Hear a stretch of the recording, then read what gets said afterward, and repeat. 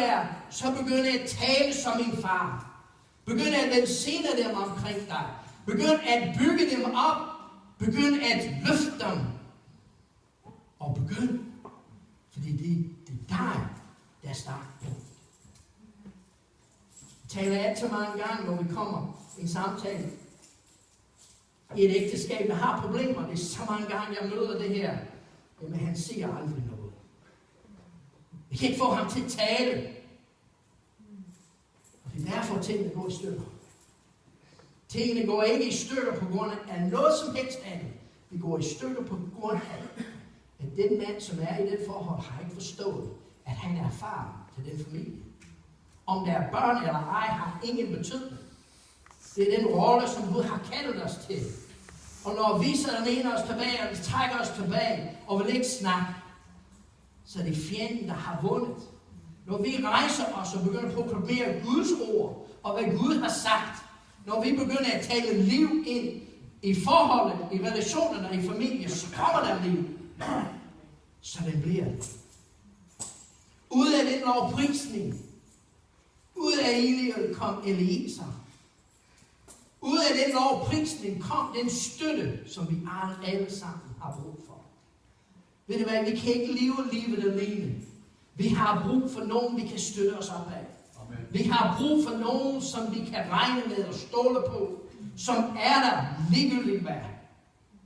Vi har brug for en far, der vil blive stående ligegyldigt hvad. Ud af den lovprisning, ud af Eliel kom Eliezer, Guds hjælp og Guds støtte. En støtte og en hjælp er noget, som afviser alt sammen. Det vil udlægge, hvad Gud har sagt. Han vil simpelthen ikke finde sig i, at fjenden kommer ind og stjæle, hvad Gud har givet ham. Han vil simpelthen ikke finde sig i, at hans familie bliver udlagt. Eller hans omgangskreds, hans venner, hans arbejdskolleger, hvem det nu er. Det skal være fremgang og vækst, der hvor han er. Der er ikke noget som helst, der skal komme og forhindre, hvad Gud vil gøre på dette sted. Og det er det, der sker, når vi har fædrene midt i blandt os. Når vi har fædrene, der forstår, hvad Guds plan er, og vi træder ind og tager det ansvar på os, så begynder vi at forstå, at vi bestemmer, hvordan tingene skal være. Fordi fædrene har rejst sig. Og vi vil forhindre alt det onde at komme ind og udlægge, hvad Gud har gang i. Mange menighed kan vi alle sammen huske, hvor det gik så godt. Som man taler mange gange i kirkesprog. Det var en god tid i menigheden. Når I hører det, så ved jeg. Og så bagefter kom en forfærdelig tid. Okay? Sådan vil vi ikke have det på det sted. Amen. De skal ikke se om os, at det var en god tid. De skal se om os, at de forstod, hvem de var i Jesus Kristus. De havde fædre, der rejste sig og talte Guds ord. Det er det, vi har brug for. Fordi vi vil forhindre Satan i at komme ind og udlægge, hvad Gud har gang i på det sted. De dårlige tider kommer, fordi fædrene var ikke til at finde. Fædrene ville ikke rejse sig. Vi gik synd i det, der gik forvirring i det, og så gik det til grunden. Og så havde menigheden en dårlig tid. Menigheden kan kun have en dårlig tid, hvis fædrene kan ikke findes. Hvis fædrene er til stede, så bliver der aldrig en dårlig tid. Amen. Tror du på det? Ja. Sådan er Guds ord. Det kan aldrig blive en dårlig tid, hvis vi har fædre. Hvorfor? Fordi fædre, det handler. Mænd, det handler. De venter ikke, de begynder. De går i gang. De er virksomme. Og de gør, hvad Gud har kaldet os for til. De gør det på en fysisk måde, men de gør det også på en sproglig niveau. En far forstår, at det han siger, det skaber noget i den omkring. Han forstår vigtigheden i sine ord. Og han taler liv og ikke død i dem omkring sig. En far vil altid sikre, at dem omkring sig er bygget op, så længe det er i hans nærhed. Så længe det er tæt på ham, så hører det, hvor vigtigt det er. Hvor værdifuldt det er. Hvor dyrebar du er. Men det kan du kun have, hvis du har en far. Og jeg er ked af, at det er Guds rige, at der er så mange af os alle sammen, der mangler en far. Men det er derfor, at Gud har givet os fællesskabet.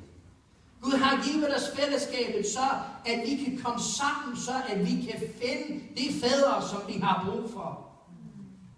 Og det er derfor, at her på stedet, så vil jeg proklamere, at vi skal have flere fædre.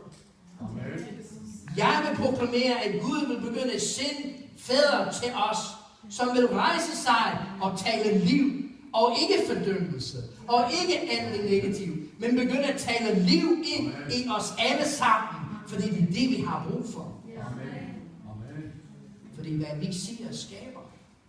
Når Gud talte, så blev der skabt et helt univers. Men når en far siger noget negativt til sin søn eller sin datter, så udlægger han et liv. Sådan vil vi ikke være på det sted. Vi vil tale liv og fremgang og vækst. Fordi vi er alle sammen skabt i Guds billede. Vi er hans børn. Og det er det, vi gaver. Ud af den støtte og ud af den hjælp, ud af den så kom Matan.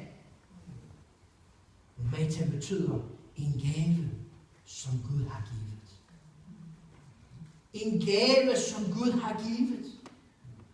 Det vil sige, at hvis du vil være en far, så skal du være generøs. Du skal ikke være som landmand, som jeg har fortalt om så mange gange over i Vestjylland. Så bliver jeg gift. Og så efter brylluppet, så står det så uden for kirken, og så siger landmanden til konen, jeg vil gerne sige dig noget, du vil høre godt efter. Og jeg siger dig aldrig igen, så du skal aldrig glemme det. Jeg elsker dig. Nej, helt ærligt.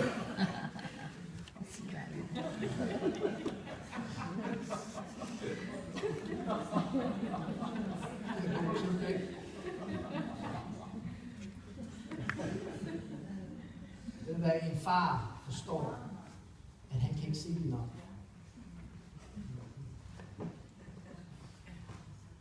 Han kan aldrig holde op med at sige det. Fordi det er en kærlighed, som Gud har givet os. Vil en far altid gerne sprede ud over alle omkring ham. Lad mig fortælle dig, hvem du er.